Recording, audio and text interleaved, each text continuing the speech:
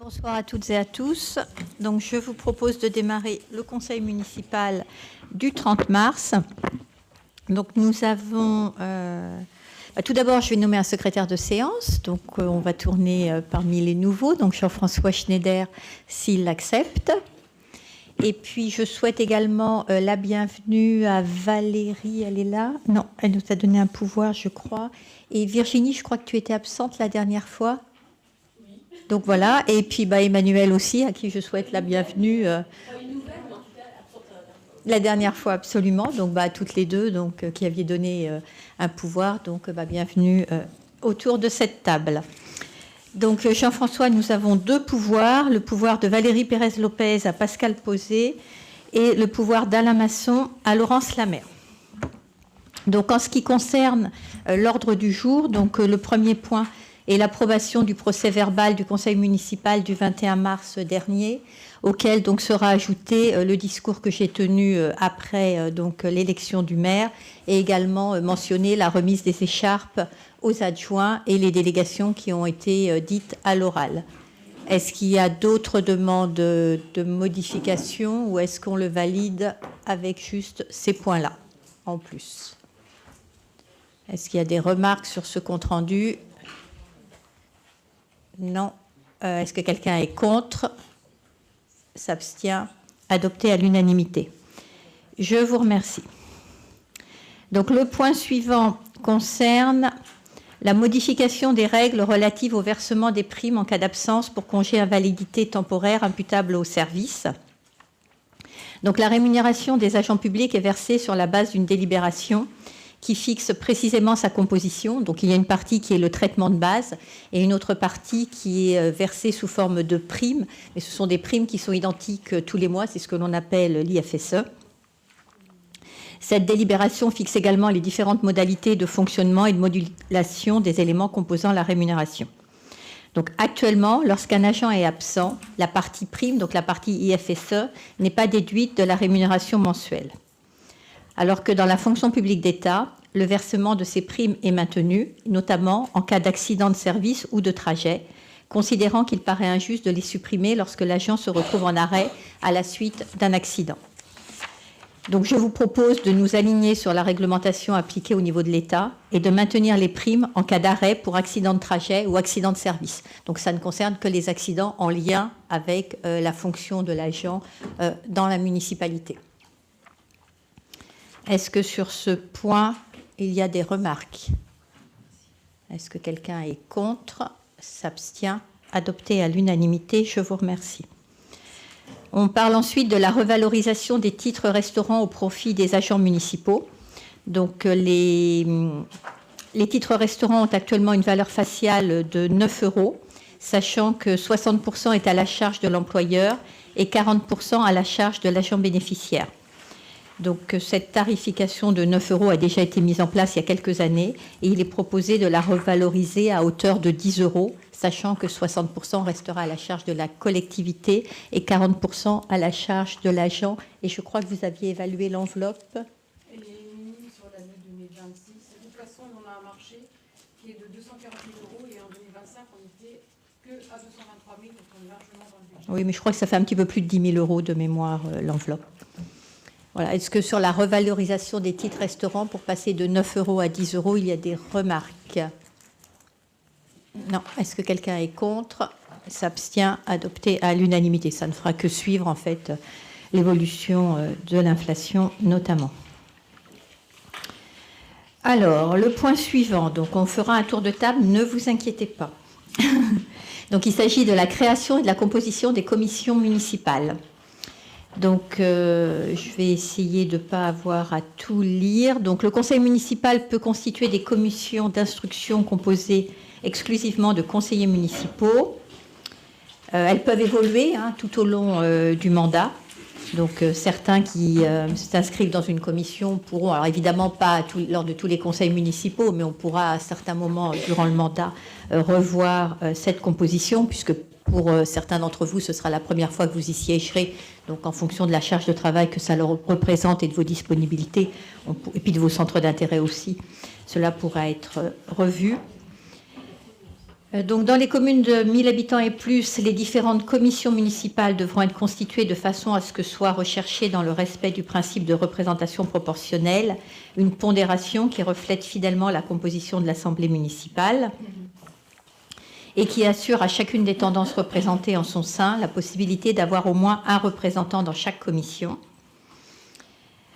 Donc, ces commissions sont nécessaires pour préparer, étudier et approfondir les dossiers soumis à l'Assemblée délibérante, puisque tout ce que nous proposons en conseil municipal a été au préalable vu lors des commissions. Et c'est vrai que ce soir, je présenterai de nombreux points, mais progressivement, donc ce sont les vice-présidents des commissions dont les délégations ont été décidées lors du dernier conseil municipal qui présenteront leurs propres points. Voilà, donc on propose, afin de couvrir les différentes compétences et sujets de débat du conseil municipal, de créer des commissions suivantes. Donc une commission vie familiale qui couvrira donc la jeunesse, de la petite enfance jusqu'aux jeunes majeurs, la sécurité, les travaux, l'urbanisme, les transports, les finances, l'innovation, la communication, la citoyenneté et les aînés, la vie locale, avec la vie associative, la culture, le sport et les festivités, la vie économique et le commerce, et enfin, santé et handicap, ce qui nous fait 8 commissions, et on a essayé de faire en sorte qu'elles soient en cohérence également par rapport à l'organisation des services en mairie, de façon à ce qu'il y ait un agent et un élu qui préparent les dossiers de ces commissions. Le nombre d'élus siégeant au sein de chaque commission est variable en fonction des candidatures d'élus. Ce qu'il faut simplement que l'on respecte, c'est la proportionnalité. Donc, le maire est président de droit des commissions et un vice-président est désigné au sein de chaque commission lors de la première réunion de celle-ci. Et il peut être amené à remplacer le maire s'il ne peut être présent.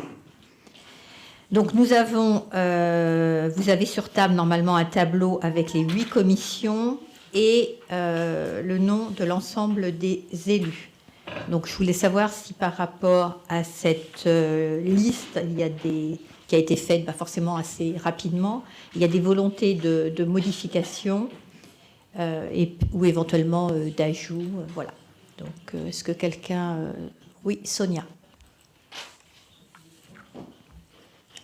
Vous m'entendez sans micro? Oui. Ok, très bien. Donc, on voulait rajouter Monsieur Maréchal, santé, handicap, finances, sécurité, travaux, urbanisme, transport. Alors, attendez, Monsieur Maréchal, donc il était déjà sur la santé et le handicap, et on lui rajoute donc travaux, urbanisme, transport, ok. Et finances. Et finances, ok. Et de mon côté, Il y était déjà. La vie familiale et... Donc, on vous rajoute la vie familiale, oui. S'il vous plaît, vie locale, je l'avais déjà.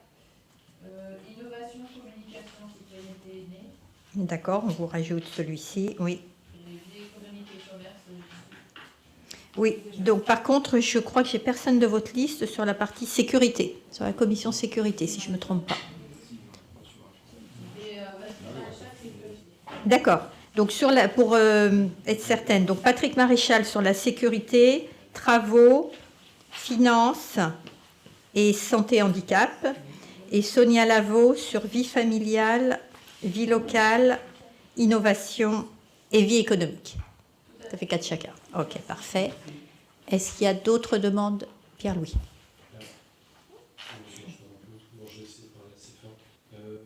Bonjour à toutes et à tous. Déjà, pas de remarques sur les compositions. Ce que nous avions demandé a bien été acté. Merci au service de la mairie qui ont été très diligents et coopératifs. Juste une demande, Madame le maire, si vous pouviez nous communiquer les vice-présidents des 8 commissions. Alors, pour l'instant, ce sera décidé en commission, bien évidemment, mais sur la sécurité, ça devrait être, en toute logique, Jérôme Ramundo qui a cette délégation sécurité. Sur les travaux, urbanisme, transport, très probablement Patrick Schillinger. Pour la vie familiale, logiquement, Marina Renucci. Pour les finances, Gisèle Henry. La vie locale, Suzanne Char. L'innovation, la communication, Laurent Gianetti. La vie économique et les commerces, Laurent Choucroune. Et santé et handicap, Mathieu Royer. Est-ce que je me suis trompée dans ce que j'ai dit? Non, on est bon? Merci. Voilà, mais bon, ça reste encore à définir lors des premières commissions. De toute façon, on est sur fin mars. Donc, soit elles vont avoir lieu rapidement avant les vacances scolaires de Pâques. En général, il n'y a pas de commission pendant les vacances scolaires. Alors, ça peut néanmoins arriver, mais dans ce cas-là, le vice-président de la commission demande aux élus membres s'ils seront disponibles à cette date-là, puisque l'objectif, c'est d'avoir les élus présents en commission.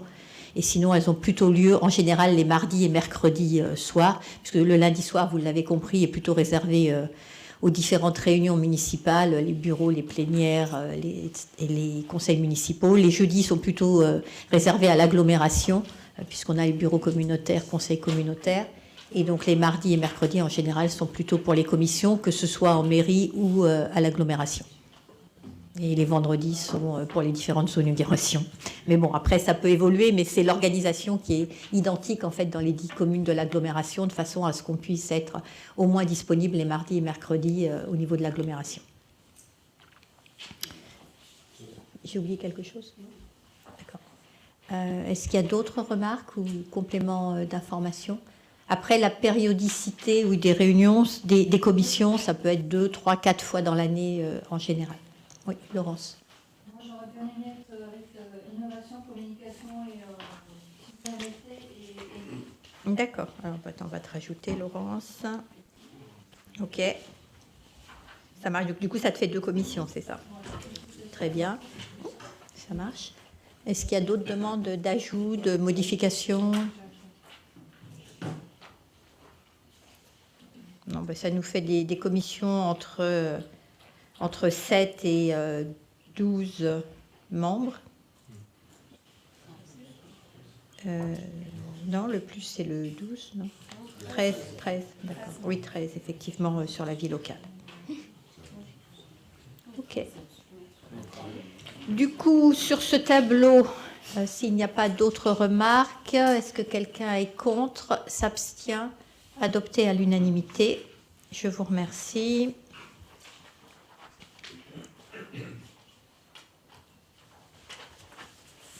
Bien sûr, pour les commissions, vous recevrez un certain nombre de jours ouvrables auparavant la convocation avec l'ordre du jour et le dossier ensuite qui suivra.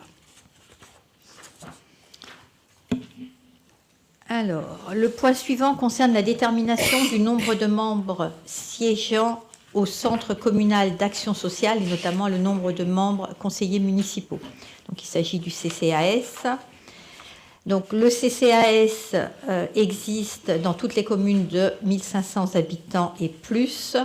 Il s'agit d'un établissement public administratif qui anime l'action générale de prévention et de développement social de la commune, en liaison avec les institutions publiques et privées.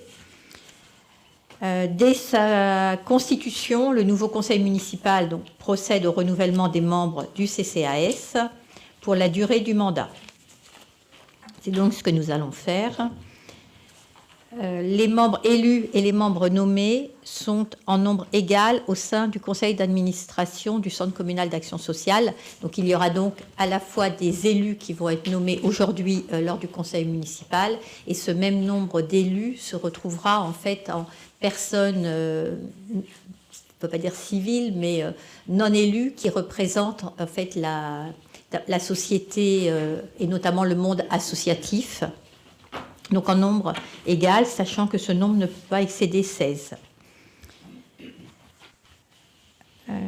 Oui, donc les 6 autres membres participent à des actions de prévention, d'animation, de développement social menées dans la commune et sont souvent effectivement membres des associations. Voilà. Donc les membres, il vous est proposé donc de nommer 6 membres qui représentent le conseil municipal, au scrutin de liste, à la représentation proportionnelle au plus fort reste, sans panachage ni vote préférentiel. Donc chaque conseiller municipal ou groupe de conseillers municipaux peut présenter une liste, même incomplète, donc pas forcément avec les 6 noms. Et ensuite, les sièges sont attribués d'après l'ordre de présentation des candidats sur chaque liste. Le maire est président de droit du CCAS et donc ne peut apparaître sur aucune des listes. Donc vous avez dans la pochette qui est devant vous une enveloppe avec la liste préconstituée que je vous propose, composée de 6 noms. Donc dans l'ordre: Alain Masson, Claude Robert, Pascal Gertrude, Laurence Lamère, Pascal Posé et Suzanne Char. Y a-t-il d'autres listes?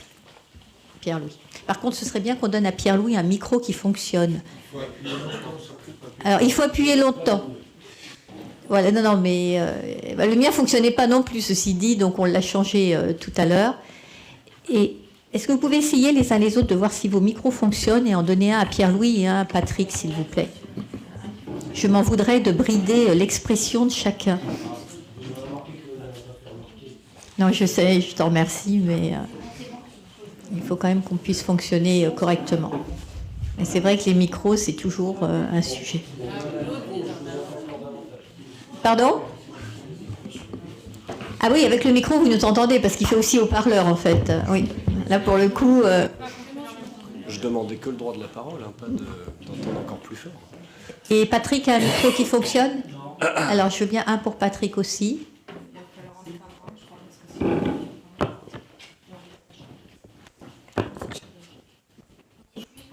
Pour la bonne compréhension du fonctionnement, lorsqu'une personne parle, il faut que les micros soient éteints chez les autres personnes. Merci beaucoup.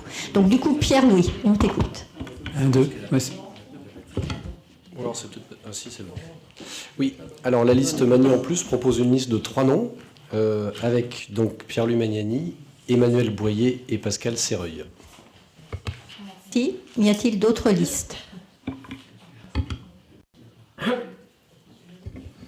Allô? Oui, c'est bon. La liste Vivre Mani présente Patrick Maréchal et Sonia Lavaux. Parfait. Donc, je vais demander à Alexandra et Sonia, si vous le voulez bien, de passer avec l'urne parmi nous. Les personnes qui ont un pouvoir, les 2 personnes qui ont un pouvoir, donc remettre 2 bulletins dans l'urne, d'accord? Et après, on procédera au dépouillement.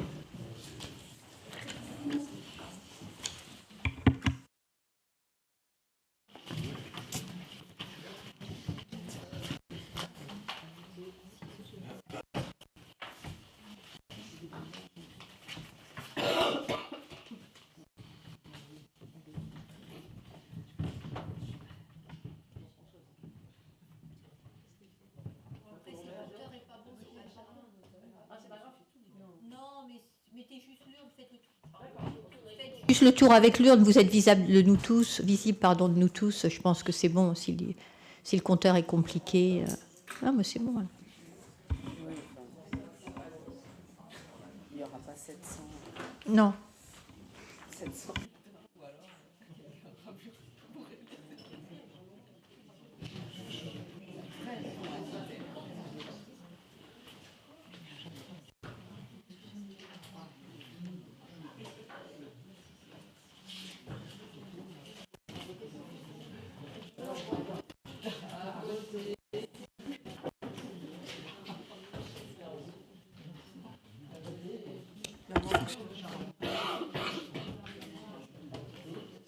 Aussi pour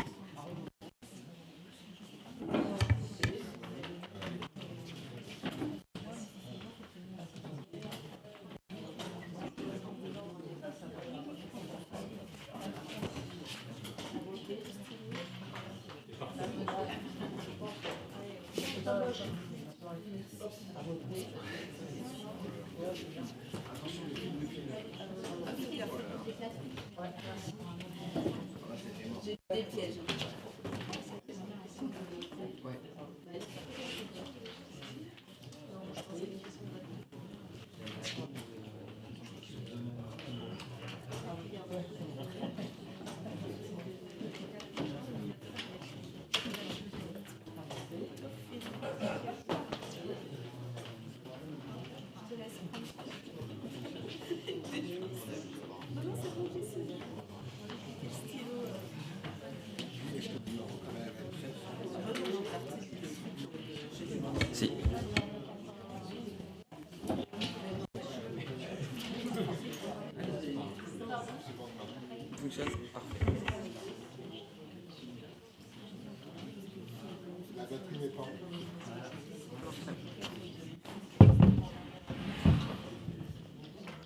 On va procéder au dépouillement et je laisse le secrétaire de séance bien noter cela.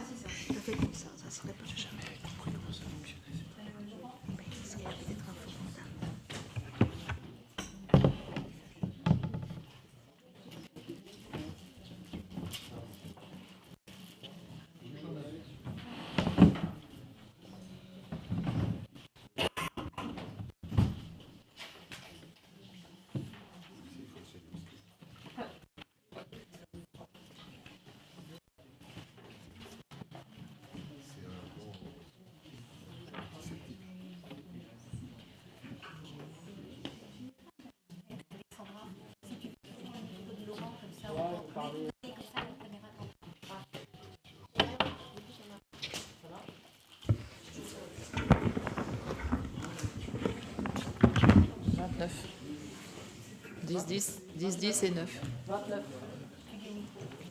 29.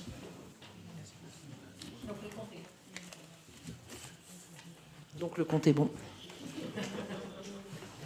Patrick Maréchal, Sonia Lavaux. Élection 1, Alain Masson, je dis plus le premier nom. Alain Masson. Alain Masson. Alain Masson.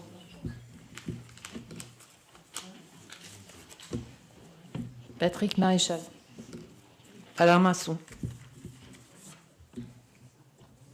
Alain Masson. Alain Masson. Alain Masson.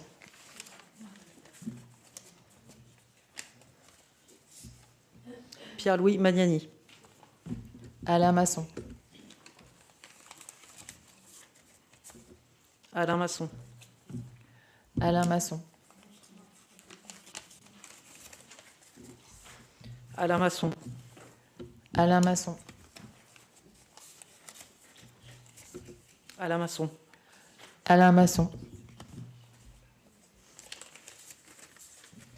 Alain Masson. Alain Masson. Alain Masson. Patrick Louis Magnani.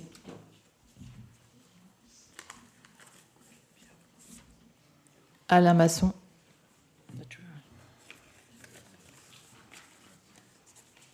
Alain Masson. Alain Masson. Alain Masson. Ah, là j'ai deux. Annule. Non, j'ai une liste en blanc et la liste de Alain Masson. Alain Masson.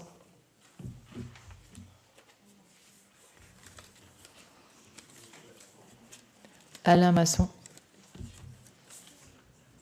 Pierre-Louis Magnani.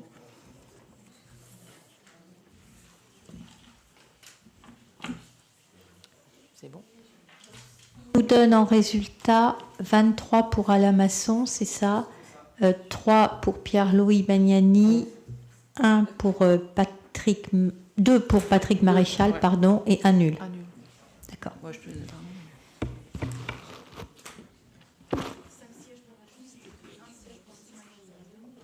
D'accord, ce qui donne donc 5 sièges pour la liste Alain Masson et 1 siège pour la liste Pierre-Louis Magnani.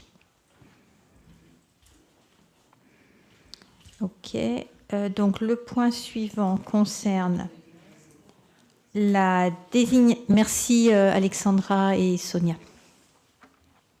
Donc le point suivant concerne la désignation des délégués titulaires et suppléants au syndicat intercommunal des centres de pédagogie et de réadaptation pour handicapés, donc le SICPRH, qui regroupe donc actuellement 33 communes sur un bassin de vie de près de 300 000 habitants. Il est présent donc sur les communautés d'agglomération de Marne et Gondoire, Paris-Vallée de la Marne et Val d'Europe. Et y siègent 68 élus représentant les communes adhérentes.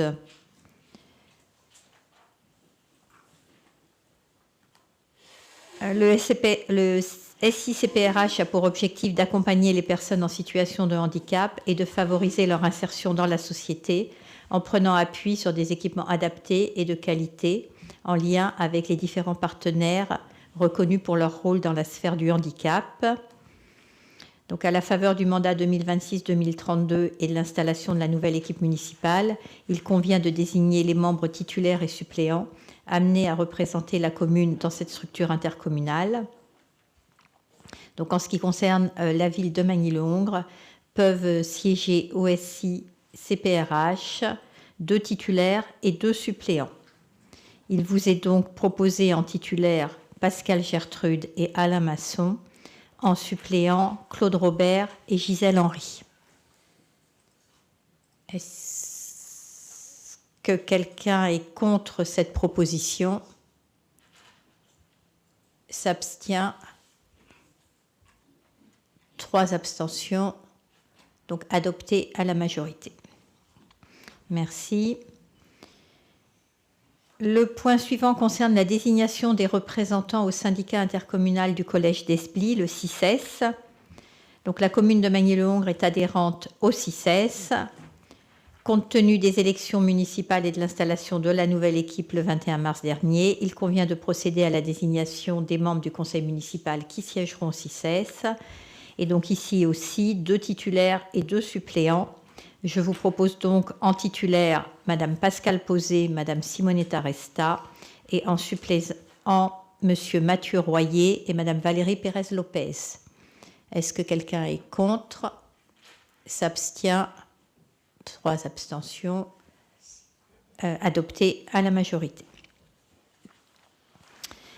Le point 8, pour la désignation des représentants au conseil d'administration du collège Jacqueline de Romilly. Donc, suite à l'installation de la nouvelle équipe municipale, 2 titulaires, 2 suppléants dans cette instance. Il est donc proposé en qualité de titulaire Madame Simonetta Resta et Madame Pascale Posé, en suppléant Madame Marina Renucci et Monsieur Rémy Porte. Est-ce que quelqu'un est contre? Oui, Pierre-Louis. Oui, merci beaucoup. Juste une prise de parole qui va s'appliquer à la fois sur le point 8 et le point 9. Là, on fait toute une série de nominations sur différentes commissions. Alors, bien sûr, on peut toujours regretter que l'opposition, aucun des 2 groupes de la minorité ne soit représenté dans ces instances. J'ai envie de dire encore plus particulièrement en ce qui concerne le conseil d'administration du collège ainsi que pour les conseils d'école. D'une part parce que la municipalité en soi est déjà représentée, il y a déjà les informations à travers le fait d'avoir un adjoint et des représentants dans ces instances-là, donc ça aurait pu être ouvert. Et d'autre part parce que dans le cadre de la campagne municipale, en allant à la rencontre à la fois des équipes enseignantes et puis également des parents, on a appris un certain nombre de choses, certains actes, certains faits qui se sont déroulés dans nos écoles. Je pointe notamment l'école des Semailles, par exemple, en octobre dernier, ou plus récemment, c'était durant la campagne aux abords du collège Jacqueline de Romilly. Donc même ça ne concernait pas en soi l'enceinte du collège, mais des actes d'agression, des faits d'agression, que nous, on a pu avoir, dont nous avons pu avoir connaissance parce que on était en campagne et qu'on a pu rencontrer, échanger avec les personnes, mais les élus eux-mêmes et surtout les élus de la minorité n'auraient pas été tenus au courant. Donc il y a un certain nombre de choses qui se passent dans nos écoles communales, aux abords de notre collège ou dans le collège, qui mériteraient en tout cas d'être connues de l'ensemble des élus, y compris de la minorité. Donc c'est la raison pour laquelle nous nous abstiendrons et nous regrettons que nous ne soyons pas représentés dans ces instances-là. Ok, avant que je réponde, y a-t-il d'autres demandes de prise de parole? Donc effectivement, la représentation est proportionnelle à la composition du conseil municipal et l'objectif en proposant des conseillers municipaux qui peuvent siéger dans les conseils d'école est de pouvoir compléter la présence de l'adjointe ou pouvoir la remplacer si jamais elle ne peut être disponible au moment des conseils d'école. Je rappelle que nous avons 5 écoles et 3 conseils d'école par année, ce qui fait 15 soirées. On n'est pas toujours disponible sur les 15 soirées.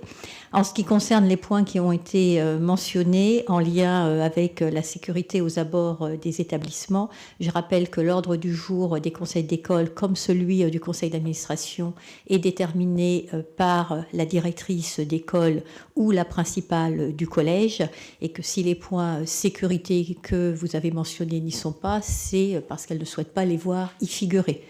Ensuite, nous avons, nous, en mairie, un certain nombre de commissions où on peut aborder certains sujets qui ne sont pas forcément vus en présence des parents d'élèves ou pas souhaités par les directions des établissements. Ce n'est pas la mairie qui fixe l'ordre du jour des conseils d'établissement.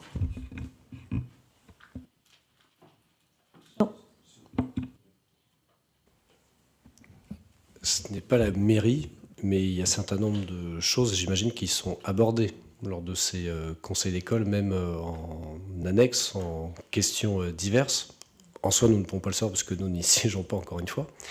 Mais en tout cas, voilà, il y a un certain nombre de choses qui méritent d'être connues et qui ont été mis un petit peu sous le tapis, et c'est dommage. En tout cas, je note bien évidemment, et nous le savions, que c'est pas la mairie, et j'en tenais pas la mairie comme responsable, tout comme c'est pas de votre responsabilité si le CGCT ne permet pas une meilleure représentation des minorités, ce n'était pas mon point.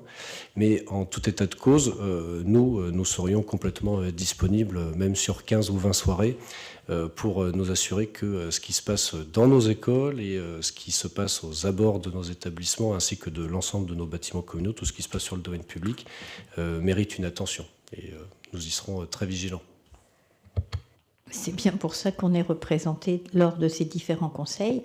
L'ordre du jour qui est vu dans les conseils d'école, j'en sais quelque chose. J'ai siégé 9 ans en tant qu'adjointe aux affaires scolaires et périscolaires. Emmanuel le sait à côté, puisque vous étiez parent d'élèves à l'école Tabarly. Donc vous savez qu'effectivement, les ordres du jour sont vus par les directions d'école, qu'il y a effectivement une rubrique points divers, comme le disait Pierre-Louis, mais que certains directeurs d'école demandent à ce que les points divers leur soient communiqués en amont des conseils d'école.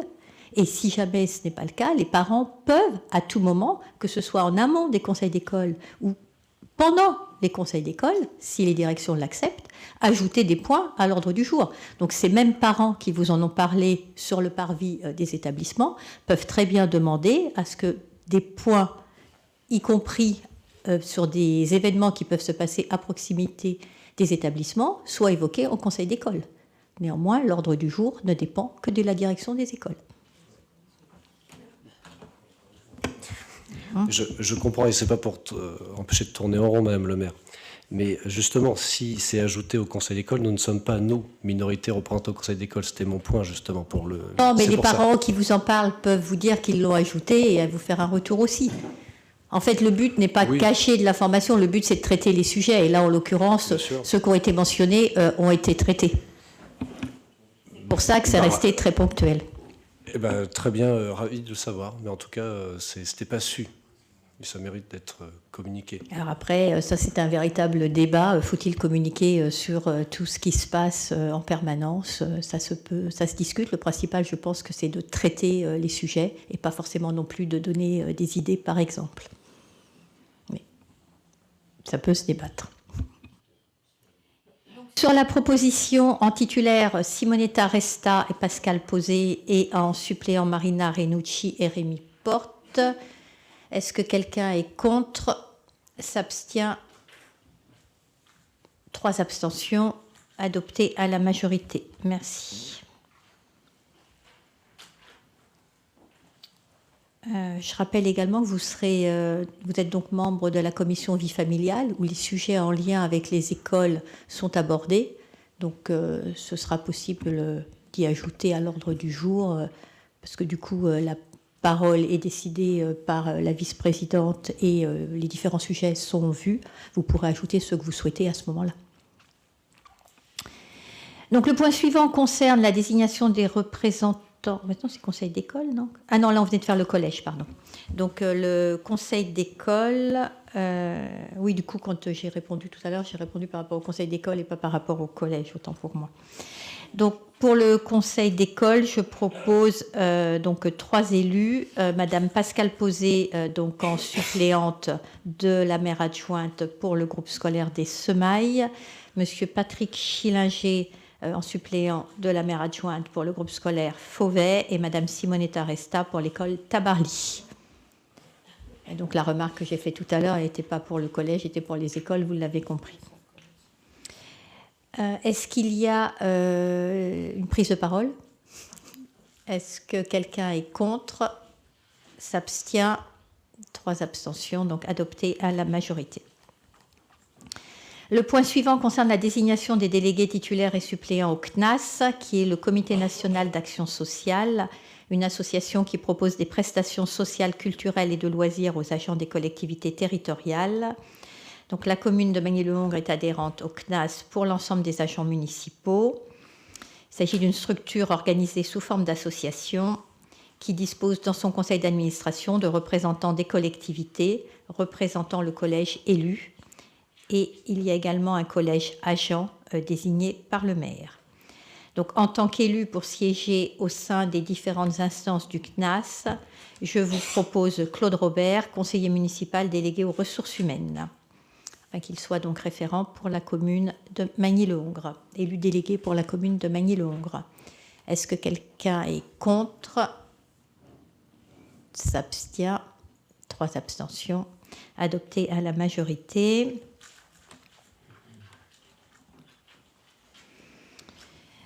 La désignation d'un représentant à la société coopérative d'HLM Coop Access. Donc, dans le cadre du développement de l'offre de logement à prix maîtrisé, la commune de Magny-le-Hongre s'est engagée dans un partenariat avec la société coopérative d'HLM Coop Access. Cette structure travaille sur le territoire seine-et-marnais et plus particulièrement sur notre secteur. Lors de notre adhésion à cette coopérative, la commune a acté sa participation au capital de la coopérative, et ce qui ouvre un droit à représentation au sein de son conseil d'administration. Il convient donc de désigner un représentant pour siéger dans les instances de la coopérative, et je vous propose donc la candidature d'Alain Masson pour y représenter la mairie. Est-ce que quelqu'un est contre? S'abstient? 3 abstentions. Adopté à la majorité. Nous passons ensuite à la désignation d'un correspondant défense. Donc, à la faveur de l'installation du nouveau conseil municipal, il convient de désigner le correspondant défense qui va représenter la commune. Son rôle est essentiel pour associer pleinement tous les citoyens aux questions de défense, et les missions dévolues s'articulent autour de 3 axes. Donc, en premier, la politique de défense avec l'information des citoyens. En second, le parcours citoyen à travers la sensibilisation des jeunes générations à la défense. Et enfin, la mémoire et le patrimoine avec la pédagogie sur le devoir de mémoire, la reconnaissance et la solidarité. Madame Simonetta Resta étant élue en charge de la jeunesse, nous vous proposons de la désigner en qualité de correspondant défense de la commune de Magny-le-Hongre. Est-ce que quelqu'un est contre? S'abstient? 3 abstentions. Adopté à la majorité. Le point suivant concerne l'approbation du règlement d'utilisation des terrasses commerciales sur le domaine public. Donc, comme vous avez pu le constater, un certain nombre de commerces, notamment de restauration, ont une terrasse. Jusqu'à présent, donc, il n'y avait pas de règlement. Et donc, il vous est proposé d'en mettre en place un de façon à clarifier les conditions d'installation, les périodes d'occupation, les horaires autorisés et les obligations des commerçants, tout en permettant à la commune d'adapter les autorisations en fonction des spécificités locales. Le règlement d'utilisation prévoit notamment la possibilité pour les commerçants d'installer une terrasse entre janvier et décembre sur le domaine public. Pour les établissements susceptibles de générer des nuisances sonores ou des troubles pour les riverains, la commune se réserve le droit de limiter l'autorisation d'occupation. Donc, un formulaire de demande annuelle accompagne ce règlement. Il permettra aux commerçants donc, de demander les mois souhaités, les caractéristiques de leur installation et d'y indiquer les engagements qu'ils prennent en matière de respect des règles fixées par la commune. L'ensemble donc constitue un dispositif cohérent, lisible et protecteur, tant pour les professionnels que pour les habitants, et permettra à la commune d'exercer pleinement ses compétences en matière de gestion de domaine public. Donc, dans les conditions d'occupation, article 2 de la délibération proposée, elle porte notamment donc, sur la période d'occupation déclarée par les commerçants et les limites posées par la commune, les horaires d'exploitation qui restent de 11h à 22h, c'est ce que nous avions précédemment, l'interdiction de diffusion de la musique et l'obligation de préserver la tranquillité publique, sachant qu'il pourra y être dérogé de façon ponctuelle après réception de l'autorisation de la municipalité, puisqu'effectivement, on peut pouvoir permettre occasionnellement à des restaurateurs d'avoir une animation musicale sur leur terrasse ou la retransmission, par exemple, d'un match sportif. Il y a également donc les règles relatives au mobilier autorisé et interdit, les obligations de propreté, de sécurité et de circulation, et enfin les contrôles et sanctions applicables. Donc sur cette base-là, nous pourrons ou je pourrais délivrer les autorisations d'occupation du domaine public par arrêté pour les terrasses commerciales, signer les différents titres correspondants. Voilà. Est-ce que sur ce point, il y a des demandes d'intervention ? Oui, 2 questions. La première, c'est concernant les horaires d'exploitation. Donc, on est sur 11h, 22h, mais on a un certain nombre de commerces qui ferment après 22h. Donc, est-ce que vous pouvez nous indiquer comment la municipalité va s'assurer de la fin d'exploitation de la terrasse à 22h ? Première question. Et la deuxième question, c'est, alors j'imagine que vous le savez, il y a un certain nombre de tensions entre nos deux baristes, le second degré et les perruches, et notamment s'agissant de l'exploitation des terrasses et des espaces de terrasse. Donc là aussi, savoir ce que vous comptiez faire afin d'éviter qu'il y ait davantage de tensions entre ces deux commerçants du centre-ville. Donc effectivement, l'existence en fait d'un règlement et de l'acceptation de celui-ci par les commerçants permettra à la police municipale de vérifier que les horaires sont respectés, notamment en fin de soirée. Et en ce qui concerne le deuxième point, un plan a été réalisé qui délimite en fait la terrasse à la fois du second degré et des perruches, ce qui était déjà le cas les années précédentes. Après, on est sur les relations humaines, c'est un autre sujet. Mais la délimitation des terrasses existe sur le papier et a été communiquée et validée par les deux parties. Donc c'est ce qui continuera à être mis en place. Merci pour la seconde réponse. S'agissant de la première, ça veut dire que la police municipale de Magny travaillera tous les jours après 22h. C'est déjà le cas. C'est déjà le cas. Du lundi au dimanche. Oui. Alors du lundi 365 jours de la semaine, de l'année. La police municipale travaille tous les jours, du lundi au samedi. Le dimanche, pas toujours, parce que ça dépend des activités du week-end. En fait, par contre, si on peut éteindre le micro, parce que ça fait cacophonie. Ouais. Donc, en fait, la police municipale travaille déjà au-delà de minuit, du lundi au samedi, tous les jours de la semaine. Je vais dire les 365, donc 51, c'est 6 multiplié par 51, ça fait 306 jours dans l'année. Alors, sauf vraiment exception, ça veut dire que s'il y a eu une manifestation le vendredi soir, le samedi soir, c'est possible que derrière, il y a un dimanche ou un lundi de rattrapage. Mais c'est vraiment très, très rare. Ils sont présents 6 jours par semaine, au-delà de minuit, obligatoirement. C'est dans leurs horaires. En fait, on a une brigade de jour qui commence à 8h le matin et qui finit en milieu d'après-midi. Et on en a une deuxième qui commence en tout début d'après-midi et qui finit au-delà de minuit tous les soirs. Donc, ils seront en mesure de contrôler qu'à partir de 22h, il n'y a plus de bruit en extérieur et que pour ceux qui sont ouverts au-delà de 22h, les activités se poursuivent, mais se poursuivent en intérieur et en tout cas sans nuisance sonore. Alors, le dimanche, on a en fait une équipe de la police municipale qui est présente, mais on n'a pas les deux brigades en fait jour et nuit. Donc les horaires varient en fonction du planning et des besoins, sachant que nos restaurateurs sont en général pas ouverts le dimanche soir. Donc on n'a pas de sujet de restauration. Si par contre on a une animation qui a lieu le dimanche, par exemple une brocante qui va se terminer à 18h, 19h, 20h, leurs horaires sont calés par rapport à cet événement. Pareil, le jour où on va voir le salon bien-être, ça va être un dimanche. Normalement, ça ne crée pas de regroupement et de nuisance, mais leurs horaires seront calés par rapport à l'événement et la sécurité de celui-ci. Par exemple, le double XL ou l'épicerie rue des Labours, ils sont concernés par ce règlement puisqu'ils exploitent une terrasse, il me semble, sur le domaine public. Donc ils sont concernés par ce règlement. Pour leur commerce, c'est l'arrêté préfectoral. Pour la terrasse, ce sera effectivement le règlement. Parce que eux, pour le coup, le dimanche soir, rue des Labours, après 22h, il y a du flux et il y a des nuisances. Alors, s'il y a des nuisances qui sont constatées, il y a possibilité de revoir leurs horaires d'exploitation. Vous le savez peut-être, mais c'est ce que j'ai déjà fait.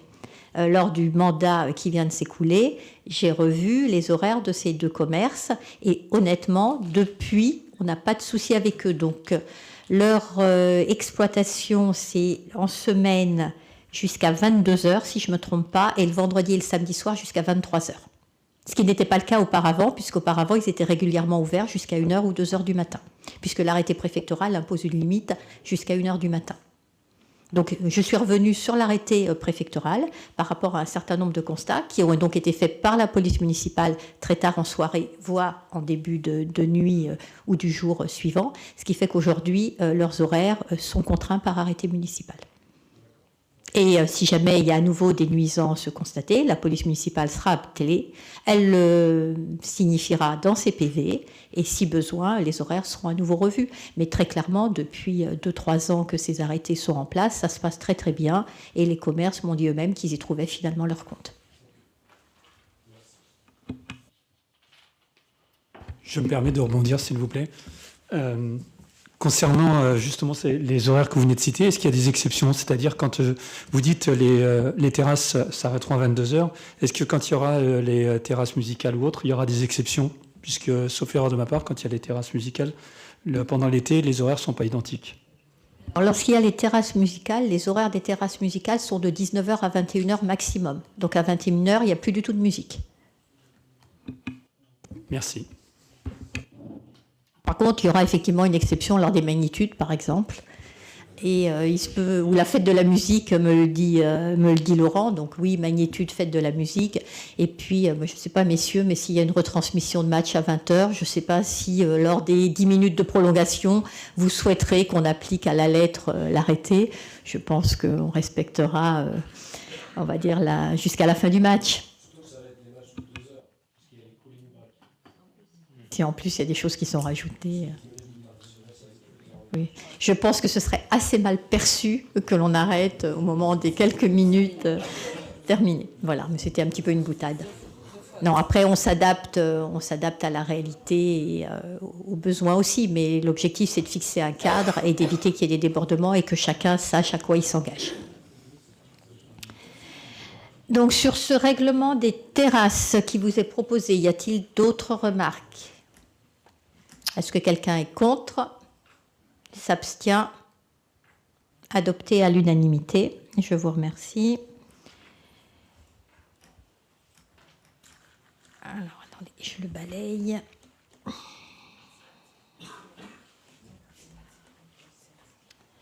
Le point suivant concerne la convention d'occupation précaire à titre gratuit de l'espace de stockage à la ferme du Pré, c'est bien ça, hein? Vous me confirmez? Oui, parce que, point 14, oui, parce que je ne l'avais pas. Ok. Donc, attendez, je remonte un tout petit peu. Oui, voilà. Donc, il s'agit. Donc, un bail commercial a été signé entre la commune et la librairie Antigone pour l'occupation du local situé donc, au rez-de-chaussée, partie droite, quand on regarde les deux vérandas de la ferme du Pré, avec une prise d'effet fixée au 1er avril 2026.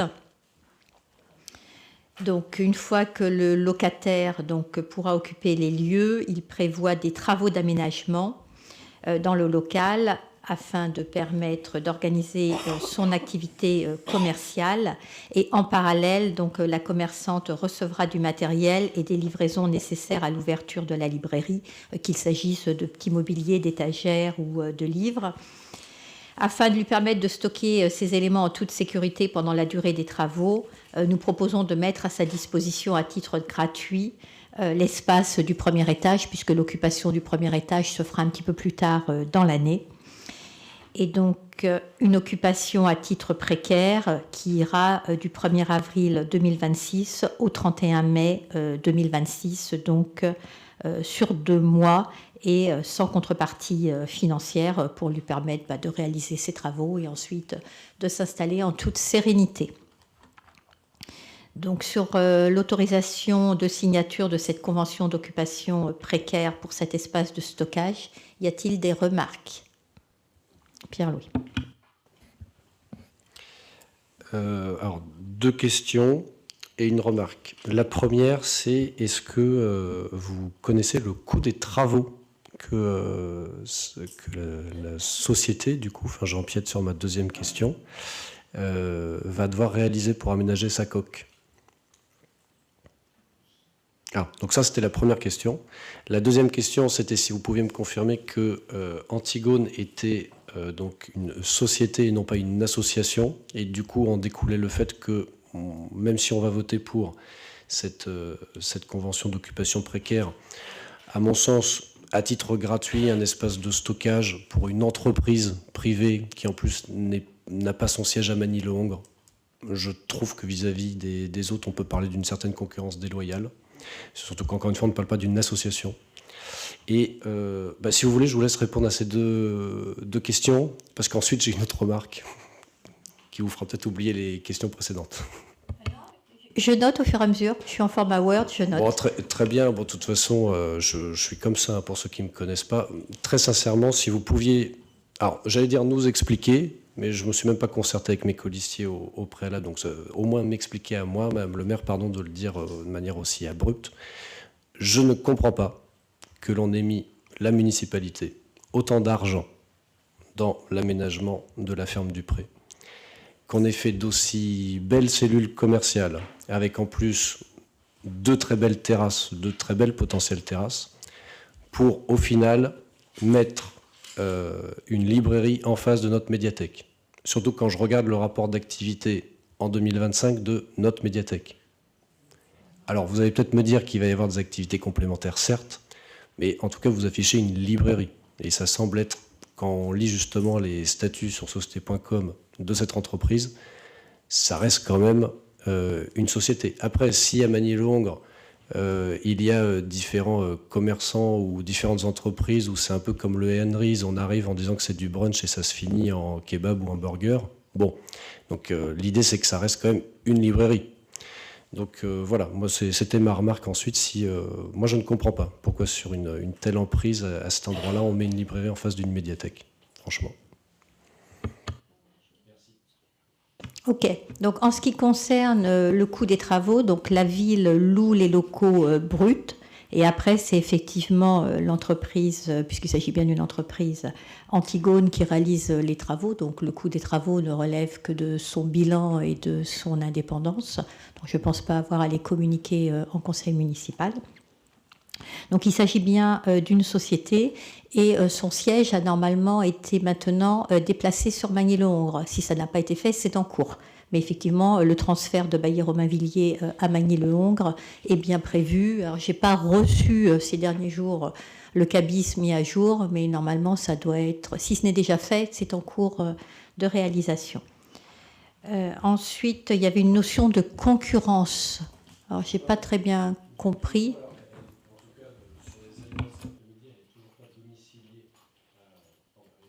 Domiciliée à Magny-le-Hongre, et quand bien même elle serait du coup domiciliée à Magny-le-Hongre, pour l'instant ce n'est pas le cas, elle est toujours au 43 rue de Magny, parce que j'ajoute qu'en plus je n'ai rien contre Madame Sologne, que je connais depuis plusieurs années au demeurant, et à qui je souhaite bon courage, et encore plus de par les éléments que j'ai communiqués dans ma remarque.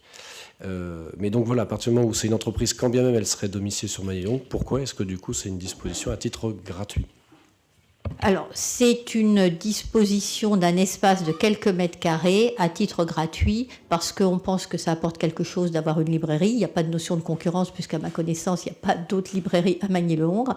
J'irais même dire que, sauf si je me trompe, mais je crois qu'il n'y a même plus aujourd'hui de librairie sur le Val d'Europe et que c'est une activité qui est souhaitée par de nombreux hongrémaniens et probablement par des Vals européens. En tout cas, je sais qu'il y a une vraie demande de la population en la matière et je pense que ça fait partie de notre rôle de participer à l'installation des commerces et notamment à une variété de commerces qui, pour le coup, ne créent aucune nuisance et apportent un plus culturel à la population. Et donc, si on peut la dépanner, puisqu'en fait, c'est un petit peu le terme adéquat à utiliser, pendant 2 mois en lui prêtant quelques mètres carrés à l'étage supérieur pour pouvoir stocker ses livres et le petit mobilier, plutôt que d'avoir à les faire livrer chez elle pour ensuite prendre une camionnette ou un véhicule pour les ramener avec le poids que l'on sait pour les livres à la librairie, ça ne coûte rien à la ville, ça lui apporte un plus.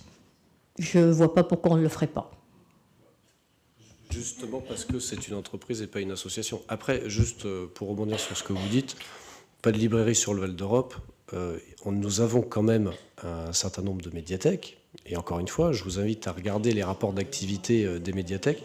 Et la librairie Crissement à Lagny-sur-Marne a fermé.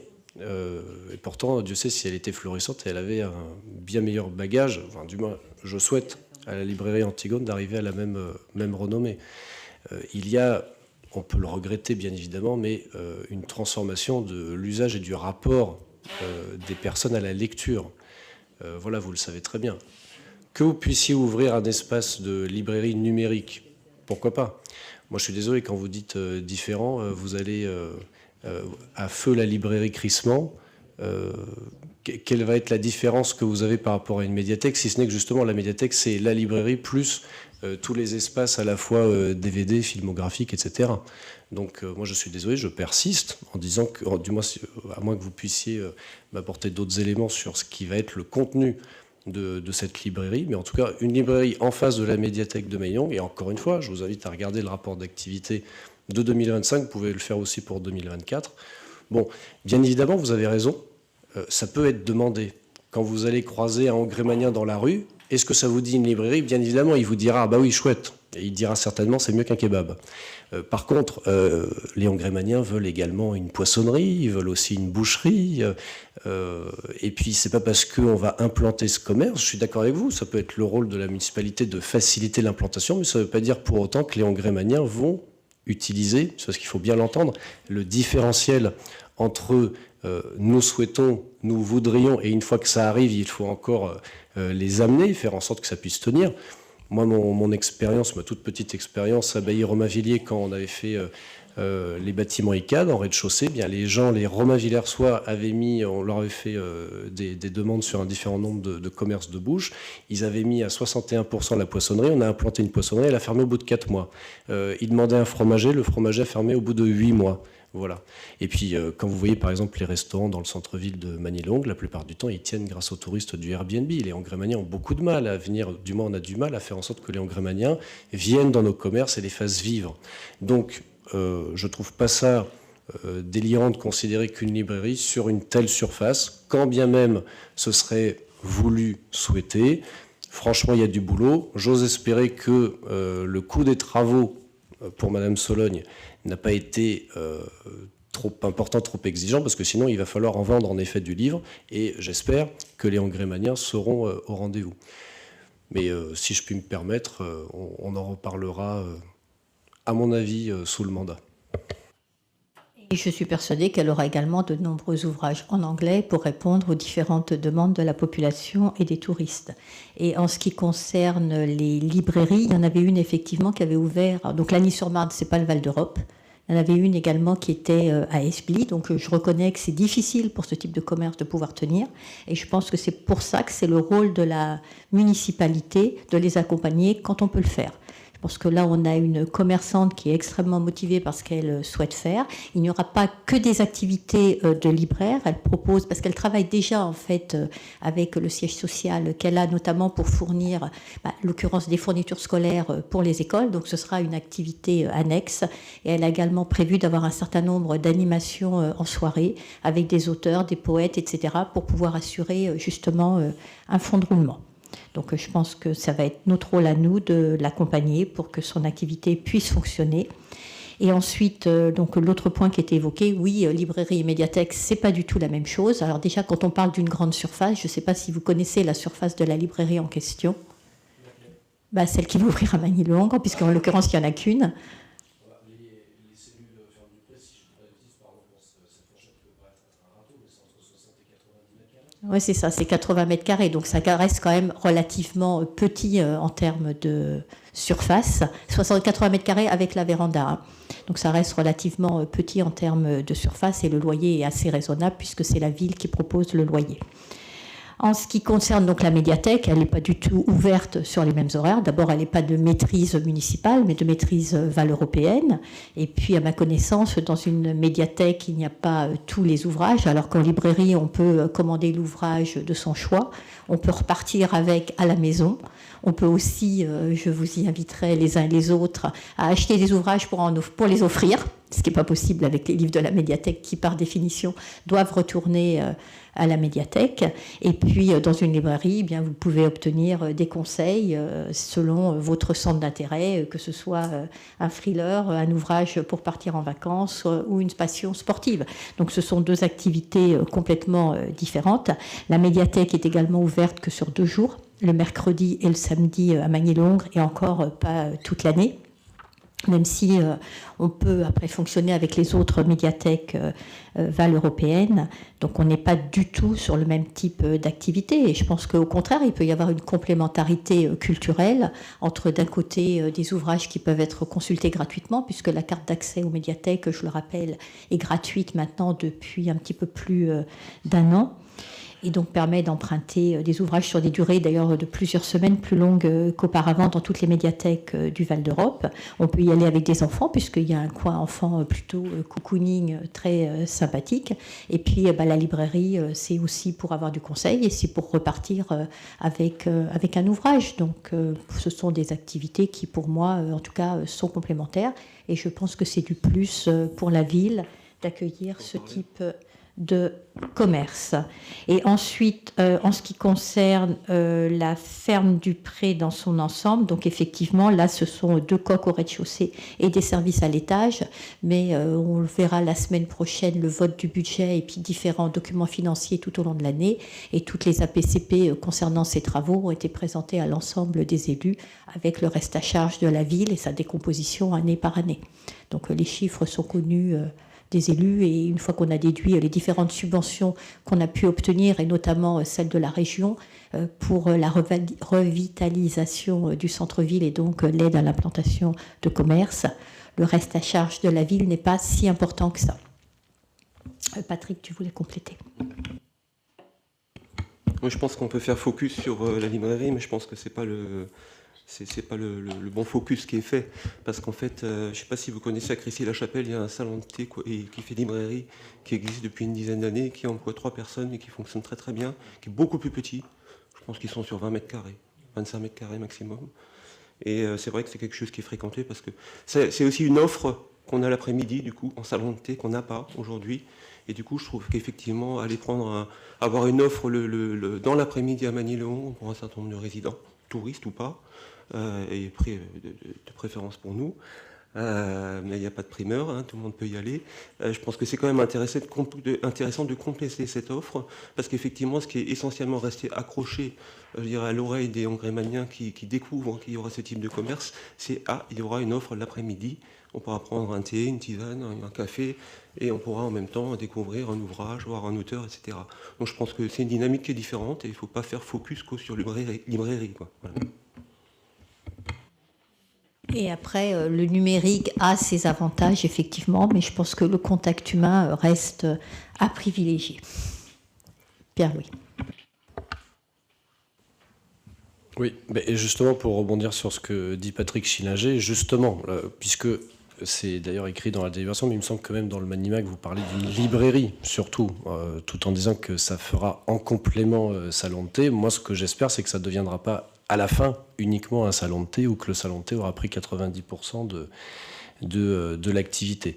Alors sur la médiathèque, Madame le maire, moi je souhaiterais, j'en parlerai en conseil communautaire, de demander justement à Val d'Europe Agglomération d'une part d'élargir les plages horaires des médiathèques communales. Je sais que c'est un sujet qui peut paraître compliqué, mais qu'il faut mener. J'espère que vous serez avec moi, parce que moi, je ne représente qu'une seule voix au conseil communautaire. Et même, je pense, transformer nos médiathèques en ludothèque, ou du moins ajouter cette partie-là, parce que ça, pour le coup, dans les territoires, ça marche. Crécy-la-Chapelle, vous avez raison. Seule chose, c'est que Crécy-la-Chapelle, en effet, c'est 20 mètres carrés, et donc c'est beaucoup plus petit, et donc c'est un petit peu plus simple à faire vivre que sur une coque, en effet, de 80 mètres carrés, comme vous l'avez dit. Sur le numérique, parce que vous parliez fourniture scolaire, oui, c'est une bonne idée, sauf qu'on le sait très bien, enfin moi maintenant je le découvre avec mes enfants, mais les dispositifs zéro cartable, où il n'y a quasiment plus de livres, même à la région, le fait que maintenant tout soit fait sur tablette et qu'il n'y a plus de livres, d'ouvrages, etc., ou de manuels, du moins de moins en moins, bah, ça va rendre du coup son activité difficile. J'espère que dans son business plan, elle n'a pas surtout prévu de s'alimenter avec les fournitures scolaires. Et enfin, parce que du coup, Madame le maire, vous m'y avez en effet fait penser, il n'y a pas de librairie sur le Val d'Europe, mais par contre, il y a la FNAC au centre commercial. Et là, pour le coup, je pense que le réflexe de beaucoup, et également ça concerne nos commerces de bouche, le réflexe de beaucoup de nos concitoyens, c'est d'aller au centre commercial.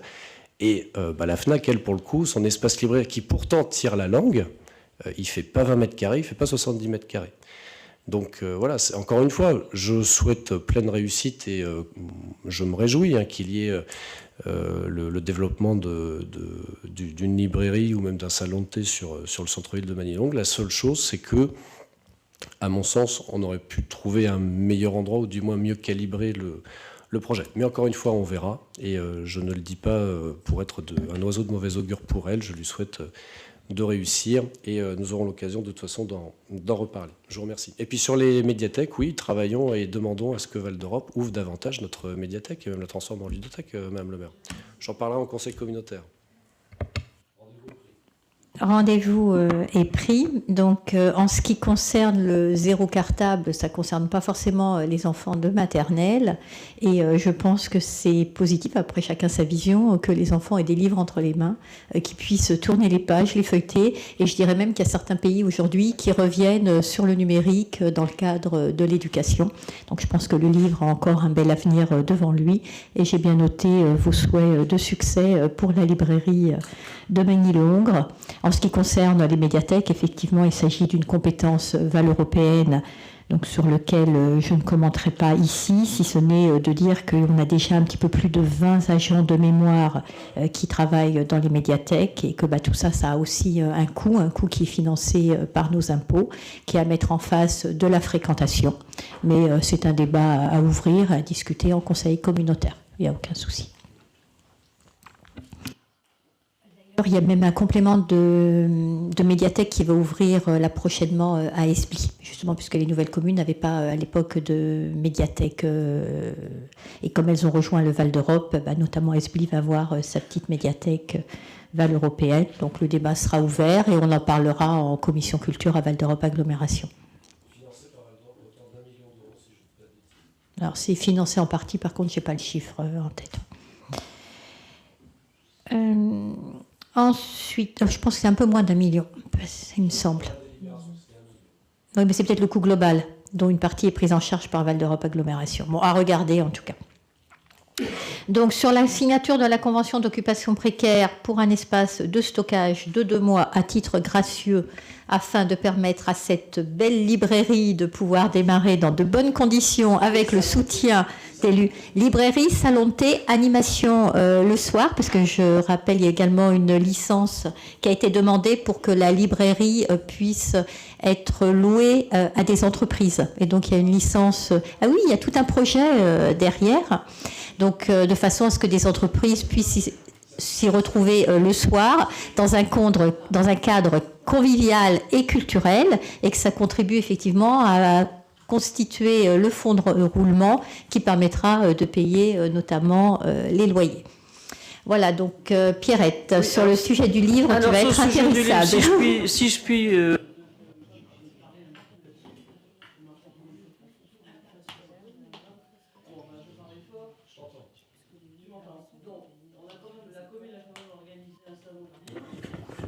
but du salon du livre, c'est quand même la relation entre les auteurs et le public. Les livres se vendent parce que les auteurs parlent au public, chose qu'on n'a pas forcément à la FNAC. On n'a pas du tout ça en numérique. Et en numérique, on n'a pas la sensation du papier non plus. Il faut savoir que les vrais lecteurs aiment le contact du papier. et garder leurs livres. Donc je pense qu'une bibliothèque ici, ce sera très bien, parce qu'il y a ce rapport, une librairie, pardon, il y a ce rapport entre l'auteur et son livre. D'accord ? Bien. Encore une fois, j'ai eu le plaisir d'aller au Salon du Livre. Bon, Salon du Livre où je me permets de dire que les auteurs eux-mêmes disaient qu'ils étaient déçus de l'affluence. On connaît tous, ils ont vendu. Alors, on a moins vendu que l'année dernière parce que nous sommes tombés sur la période électorale. L'année dernière, le salon avait lieu le 29 mars. Le 29 mars, là, malheureusement, il a fallu le mettre au 14 février. En plus, c'était le jour des JO d'hiver, pas de chance. Il faisait très froid et en plus, il y avait le salon de la BD à Céris. Bon, à part ça, franchement, on n'a pas eu que des bonnes conditions, mais les auteurs sont quand même repartis assez satisfaits. Bon, on tâchera de mieux mutualiser avec Val d'Europe, histoire de ne pas y avoir de la concurrence sur les événements. Mais mais tu sais, je suis d'accord avec toi. Mais même Filset, j'avais fait 2 fois, ils font aussi des cafés lecture. C'est des formats très sympas. La seule chose, c'est qu'on est 3 ou 4.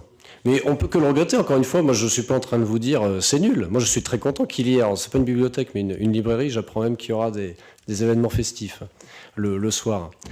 J'aurais beaucoup plaisir à y aller, bien évidemment. Mais encore une fois, c'est juste qu'il faut s'interroger sur... On est en 2026, malheureusement. On voit les chiffres de lecture et on ne peut que les déplorer. Et sur 70 mètres carrés, quand la commune a consenti autant d'investissements sur cette coque-là, bon, c'est juste l'opinion de notre équipe, du moins mon opinion personnelle, qu'on aurait pu y mettre autre chose. Mais c'est qu'un avis. Et encore une fois, je lui souhaite grande réussite. S'il y a des propositions pour d'autres commerces dans d'autres lieux, moi, je suis tout à fait prête à y discuter, pour autant que ce ne soient pas des commerces déjà existants, notamment en termes de restauration. Parce que c'est bien un point sur lequel on a insisté, comme quoi, en termes de restauration, je pense qu'on a ce qu'il faut dans le centre de Magny-le-Hongre et qu'on y cherche de la diversité. Petite remarque, les cafés lecture à Filset n'existent plus. Ils ont arrêté au moment du Covid. Et en fait, ils n'ont pas repris pour des raisons budgétaires, avant tout. Et pour le coup, j'ai de nombreux habitants qui m'ont demandé s'ils pouvaient être remis en place. Et c'est pour ça que je me suis renseignée auprès de Filset et que les raisons que j'évoquais tout à l'heure m'ont été apportées, mais c'était une vraie demande de la part de nos habitants. Toujours est-il que dans quelques mois, on pourra continuer à parler de ce sujet de la librairie, mais on souhaite bien tous autour de cette table que ça fonctionne, que les enfants y aillent et que les livres scolaires continuent à pouvoir y être achetés, puisque livres scolaires et fournitures, c'est pas exactement la même chose, et que dans les écoles, les livres scolaires sont achetés par la mairie, et au niveau du collège, après, c'est le département qui les fournit. Donc il y a quand même encore de l'activité livresque, papier, et puis le plaisir de tenir un ouvrage entre ses mains. Voilà, donc pour le prêt au premier étage, est-ce qu'on peut annoncer l'unanimité? Est-ce que quelqu'un est contre? S'abstient?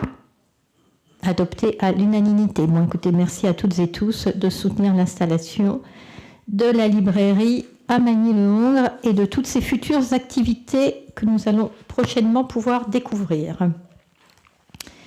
Donc le point suivant concerne la signature de la convention d'occupation à titre gracieux d'un local situé au premier étage rue des Anciennes Mairies. Donc il s'agit de la mairie-école Raymond Dugraveau. Donc l'association des commerçants, la Sauce des commerçants, a sollicité la commune afin de pouvoir disposer d'un espace pour stocker le matériel utilisé dans le cadre de ses actions collectives et de l'animation commerciale de la ville. Le local est situé au premier étage de l'ancienne mairie, pour une superficie pouvant aller jusqu'à 93 mètres carrés, mais en fait ce ne sera qu'une partie des 93 mètres carrés, bien évidemment. Il s'agit d'un espace qui n'est pas accessible au public. En fait, c'était une partie qui était précédemment inhabitable et qui aujourd'hui ne peut plus l'être en l'état. Cela nécessiterait des travaux importants qu'on n'a pas pour l'instant, en tout cas, budgétisés. Donc cet espace servira exclusivement pour le stockage. Après examen de la demande et au regard de l'intérêt communal de l'activité de l'association, la commission compétente a émis un avis favorable. Il est donc proposé d'attribuer ce local à titre gracieux dans le cadre d'une convention d'occupation précaire d'1 an, renouvelable sous condition. donc avec une durée d'occupation du 1er avril 2026 au 31 mars 2027 pour un usage strictement limité à du stockage, l'interdiction d'organiser des réunions ou d'accueillir du public, des obligations d'entretien et évidemment de remise en état du local lorsqu'il sera restitué, et toutes les conditions de sécurité devront être remplies. L'association devra fournir une assurance responsabilité civile et une assurance multi-risque, et il y a la possibilité de résilier cette convention avec un préavis d'1 mois. Donc pour ce prêt d'une partie des locaux de la mairie-école Raymond Dugraveau à la sauce des commerçants pour y stocker du matériel, y a-t-il des remarques? Est-ce que quelqu'un est contre? S'abstient? Adopté à l'unanimité. Écoutez, je vous remercie de soutenir nos commerçants constitués en association. Le point suivant concerne la location de l'ancien centre de loisirs des Ouistiti à côté de l'école Éric Tabarly, et donc en complément à la délibération 2025-42 du 7 juillet 2025. Donc, comme vous le savez, le local est actuellement loué pour le centre c'est pas Manireva, c'est... Manossa. Non, il y a 4 syllabes. Bon, par le centre de remise en forme Manassora. Je crois que c'est Manassora, voilà, ça y est. En fait, il y a 2 mots, il y en a un japonais et un autre, donc Manassora, donc géré effectivement par le même gérant que le centre Bellinane. Donc au moment de la mise à disposition, on avait convenu d'une gratuité de 4 mois de loyer. Il s'avère que le système de sécurité incendie qui correspondait aux besoins du centre de loisirs n'est pas adapté à celui qui est nécessaire pour un centre de remise en forme qui accueillera un autre public et d'autres activités. Il est donc nécessaire de le mettre aux normes, voire de le remplacer pour un coût d'un peu plus de 22 000 €. Donc le locataire s'est rapproché de la mairie pour nous demander si nous pouvions y participer, et on s'est mis d'accord pour lui accorder 2 mois de loyer supplémentaire. En tout cas, vous proposez de lui accorder 2 mois de loyer supplémentaire, ce qui correspond à une participation à hauteur d'à peu près la moitié des frais, et permettra à la ville propriétaire du bâtiment de disposer d'un système de sécurité incendie complètement neuf, et qui évidemment restera dans le bâtiment le moment où celui-ci nous sera restitué. Donc pour ces 2 mois additionnels de gratuité de loyer en compensation de l'investissement de 22 224 €, y a-t-il des remarques? Oui. Oui. 3 questions, Madame le maire. La première, c'est, donc, si j'ai les bonnes informations, le centre de loisirs en tant que tel fait 817 mètres carrés. Je voulais savoir quelle était la surface qu'occupait du coup Bellinane, parce qu'il me semble qu'il ne prenait pas l'ensemble, du moins il ne prenait pas l'étage, si je me souviens bien de ce que j'avais déjà entendu. Donc du coup, quelle est la surface qui est louée par la mairie à la société Bellinane?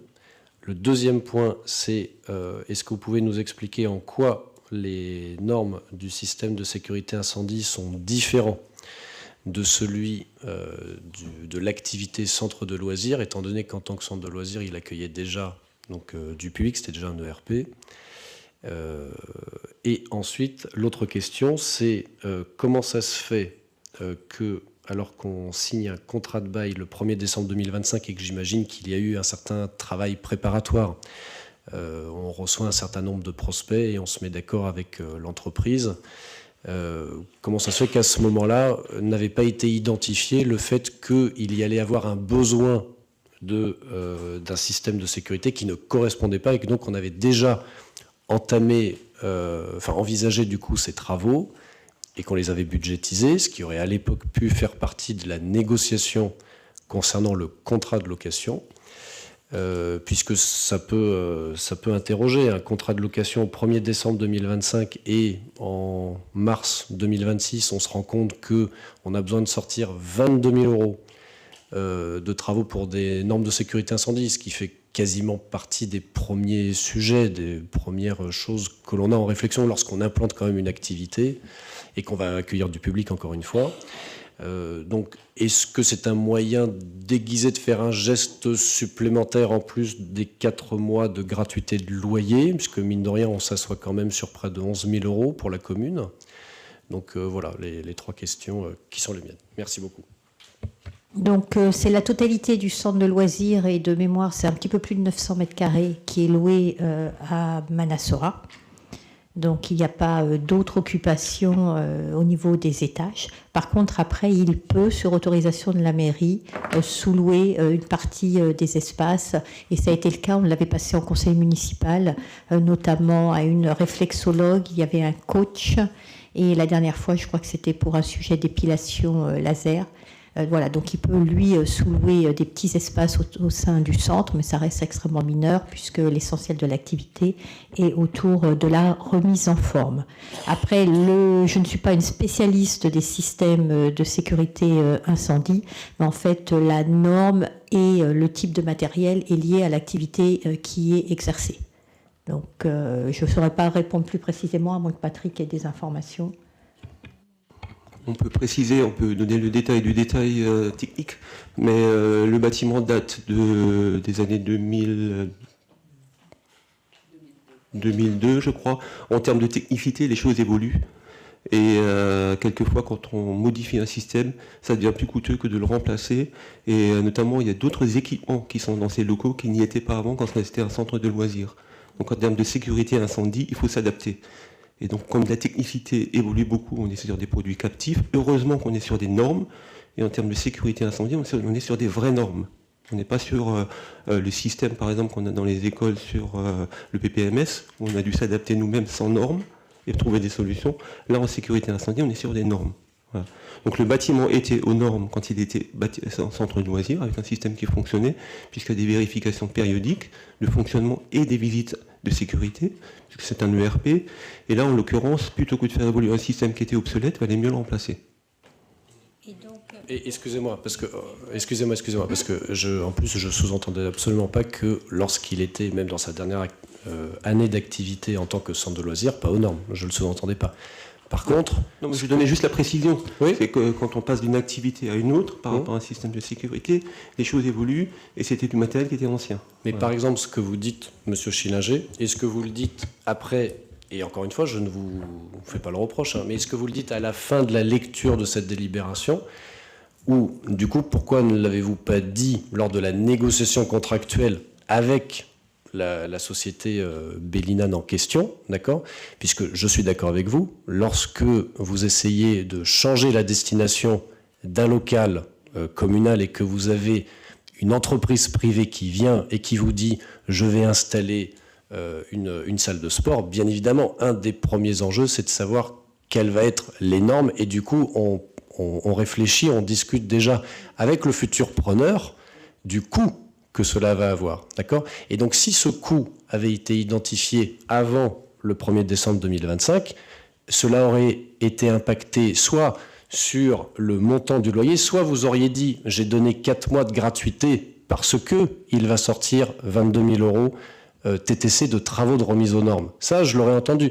La seule chose, c'est que vous dites on a eu plusieurs prospects, on a choisi une personne, on a discuté, et encore une fois, la mairie, même si elle n'a pas la compétence ou l'expertise, à défaut, ça doit être la société Bellinan qui doit dire, par contre, attention, nous, lorsque l'on vient, on va avoir besoin de changer ou d'adapter notre système de normes de sécurité incendie, d'accord ? Donc, normalement, vous auriez dû venir le 1er décembre avec ces éléments-là, d'accord ? Et dire, on en tire, et vous avez complètement le droit de dire ensuite que nous avons décidé de lui donner 4 mois de gratuité parce qu'il va y avoir ces 22 000 € de travaux faits, d'accord ? Et ensuite, on envisage en effet une remise de 30% sur les 3 premières années. Là, la seule chose, c'est que vous avez d'une part signé une convention le 1er décembre 2025, d'accord ? Où vous attribuez déjà 4 mois de gratuité. Alors pourquoi pas, pour essayer de lancer l'activité, plus une décote sur les 3 premières années. Ensuite, vous vous rendez compte... Alors, soit vous, ou alors c'est Bellinan qui vous dit au bout de 2 mois de travaux, ah ben en fait, il faut que je fasse 22 000 euros de travaux. Et là, du coup, vous dites, il faut de nouveau s'asseoir sur 2 mois de loyer. Alors, les 4 premiers mois de gratuité de loyer ont été accordés pour couvrir la période des travaux, puisqu'en fait, le centre n'ouvrira qu'au mois d'avril, et donc le bail démarrait à partir de décembre. En fait, on a accordé une gratuité pendant la durée des travaux, ce qui nous semble, dans le même état d'esprit que celui de la librairie tout à l'heure, d'accompagner une nouvelle activité sur la commune, même s'il s'agit d'une société, pour qu'elle puisse démarrer dans de bonnes conditions et réaliser ensuite son activité. Il se trouve qu'au départ ont été évalués un certain nombre de travaux qui devaient être réalisés dans le bâtiment. Une importance particulière a été accordée notamment au niveau des accès ERP. Et pour la partie SSI, en fait, le point a été levé par le coordinateur SSI quand il s'est déplacé sur place. Il a demandé ensuite l'intervention d'une entreprise spécialisée et c'est à partir de là qu'a été demandé en fait le renouvellement du système actuellement en place dans le bâtiment. Et c'est pour ça qu'on s'est dit effectivement ça apportera un plus d'avoir ce nouveau système aux normes actuellement en vigueur et récent, donc avec une durée de vie qui s'inscrira dans la durée, et il nous semble normal de pouvoir y participer. C'est de toute façon, même si ça avait été vu en amont, je pense qu'à partir du moment où ça concerne les murs et donc le propriétaire du bâtiment, il est tout à fait normal qu'on y participe. Je ne vois pas en quoi ça peut être choquant. Et après, accepter une gratuité de loyer pendant la durée des travaux, ça me semble aussi normal de ne pas commencer à pénaliser et à laisser un nouvel arrivant commerçant sur la commune démarrer avec des dettes. Après, c'est une vision. Oui. Bon, après, la société Bellinane, encore une fois, elle a ses chiffres. Hein. Bon, certes, à Couilly, ça s'est malheureusement cassé la figure, mais quand on voit ses comptes, notamment sur l'exploitation de Chanteloup, je pense qu'elle n'était pas à 4 mois de loyer près sur Magny-Longue. Alors, vous indiquez donc un peu plus de 900 mètres carrés occupés, ce qui nous fait à peu près une centaine d'euros mètre carré par an, d'accord, sur la location. Pour avoir regardé uniquement sur les 8 communes du Val d'Europe, puisque pour Villeneuve-le-Comte et Villeneuve-Saint-Denis, il n'y avait pas de données disponibles, ni même d'annonces en l'occurrence, mais on est sur une moyenne de location du mètre carré par an à 240 euros. Donc déjà, je trouve qu'à 100 euros le mètre carré par an, on est très en dessous du marché val-européen. Quand bien même on n'est pas au centre urbain à Céris, mais cette moyenne-là, elle est atteinte également sur du centre-bourg de Bailly, sur du centre-bourg de Couvray également, on en a trouvé. Rue des Quilles, à Chessy, c'est pareil. Donc on est très en dessous, sachant que Magny-Longue a quand même un certain standing et qu'à la limite, je pense qu'on aurait pu obtenir, surtout d'une entreprise privée telle que Bellinane, un meilleur tarif. Et donc, excusez-moi d'y revenir, quand on est près de 2,5 fois en dessous du prix moyen du marché val-européen sur de la location commerciale, parce que là, en l'occurrence, ça devient une location commerciale, qu'il y a donc ces 4 mois de gratuité pendant les travaux, qu'on y ajoute ces 2 autres mois, et sachant qu'en plus, Madame le maire, excusez-moi, mais vous n'en parliez pas dans la délibération, mais vous venez de nous l'ajouter, qu'en plus, il y avait la possibilité de sous-louer. Alors, j'espère que vous communiquerez au conseil municipal à quel montant sous-louera la société Bellinane. J'ose espérer que ça sera en dessous du 100 euros le mètre carré par an, parce qu'il ne s'agit pas quand même de se faire la laine sur le contribuable en grémanien. On est sympathique, mais il ne me semble pas que la commune dégage des excédents budgétaires, on en parlera dans quelques jours, qui mériteraient en tout cas ce que moi j'appelle un petit peu un certain laisser-aller. Du moins, je pense qu'on aurait pu être davantage carré, à la fois sur la négociation, sur l'anticipation, et encore une fois, pas tant de vous, mais également de la société Bellinane, parce qu'encore une fois, ils ont ouvert plusieurs exploitations, plusieurs locaux. Donc cette histoire de normes de sécurité incendie, ils auraient dû être au courant, ils auraient dû vous l'informer, d'accord. Et donc voilà, sur le sujet même de la location en tant que telle, même ces 90 000 euros annuels, et encore qu'on ne touchera qu'au bout de 3 ans et demi, moi je trouve sont insatisfaisants. C'est d'ailleurs la raison pour laquelle nous voterons contre cette délibération. Alors après, quand on compare des loyers, je pense qu'il faut comparer des loyers dans des surfaces commerciales équivalentes. Ici, non, mais sur des locaux de la même taille, c'est-à-dire qu'on ne peut pas comparer des locaux de 30 mètres carrés ou de 50 mètres carrés en centre-ville avec effectivement ici un local de 900 mètres carrés. Ce local est resté inoccupé pendant un petit peu plus d'1 an. On a étudié 4 possibilités d'occupation, dont une qui était d'ailleurs présentée par un de vos colistiers, qui n'a pas abouti. C'est celle qui nous a paru la plus raisonnable. Et on a eu beau contacter les différentes agences immobilières et autres agences immobilières du secteur et communiquer auprès des chambres de commerce. C'est effectivement l'activité qui nous a semblé la plus pertinente parmi celles qui nous ont été proposées. Et je pense aussi qu'elle apporte un service supplémentaire aux Hongrémaniens. Voilà. Oui, de toute façon, il fait des travaux, il les entretient, il valorise le bâtiment aussi. Mais je pense qu'il faut comparer des choses comparables. On n'est pas dans une activité commerciale dans le parc international d'entreprise. Mais j'ai pris cette précaution. Oui. Et donc, du coup, vous comparez avec quel type justement, de j'ai pris cette locaux précaution qui de ont vous le dire... même type de forme qu'un centre de loisirs avec des hauteurs sous plafond, un premier étage sans ascenseur. Oui. Il faut comparer des choses comparables. Exactement, et c'est le cas. Boulevard des Artisans, Bailleul-Mavilliers, vous avez 763 mètres carrés. Vous verrez aussi rue des Quais, pareil, c'était du 500-600 mètres carrés. Donc, Coupvray, il y en avait une également qui en faisait 960, qui était à 230 € le mètre carré. Pourtant, on était sur du centre-bourg de Coupvray. Donc, justement, je n'aurais pas, encore une fois, comparé ni par rapport au centre urbain. J'ai pris cette précaution dès le départ, même le maire, dès ma première intervention. Et encore moins sur du 30 ou 40 mètres carrés, bien évidemment. Après, il entretient, oui. Mais d'après ce que nous dit M. Chinager, et bien évidemment, il n'y a aucune raison de ne pas le croire, il faudra de toute façon, si j'ai bien compris, remettre aux normes demain s'il y a un changement d'affectation. Donc de toute façon, il y aura de nouveau ces travaux-là.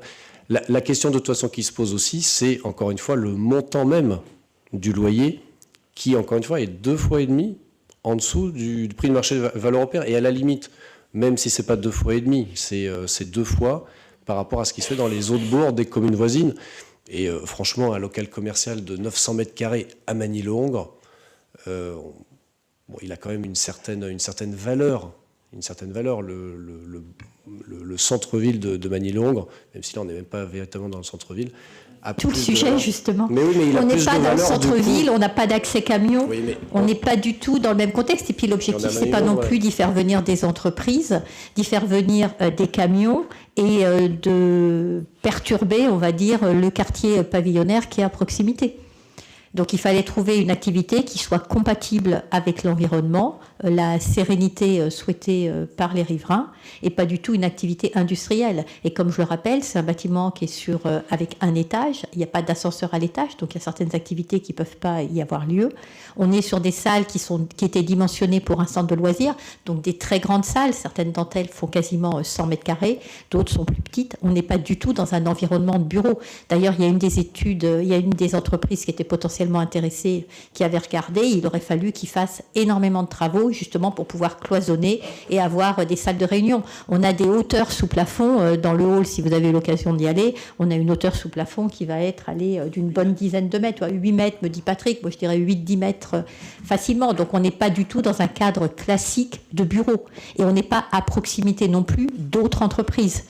Et ce qui nous avait été fait remarquer aussi, c'est qu'on n'était pas du coup dans le centre-ville et qu'il n'y avait pas de visibilité en termes de communication. Puisqu'il y a certaines activités qui auraient pu s'y dérouler, mais on n'est pas sur un axe passant.